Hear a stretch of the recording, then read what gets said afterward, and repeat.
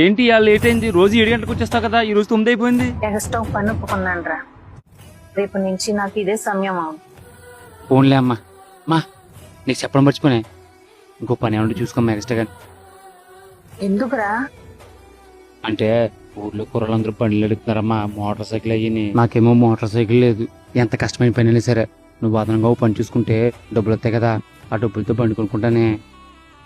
అమ్మ లేట్ అయినా పర్వాలేదు, నేను తినేసి పడుకుంటానులే, నువ్వు ఇంకో పని చూసుకో. నువ్వు 2 ముద్దలు అన్నం తినకపోతే ప్రాణం పోయేలాగా ఉంది.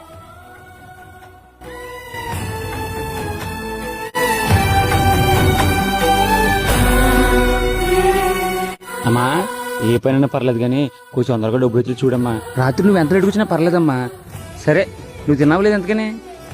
ఇప్పుడే తిన్నాను రా, కడుపు నిండి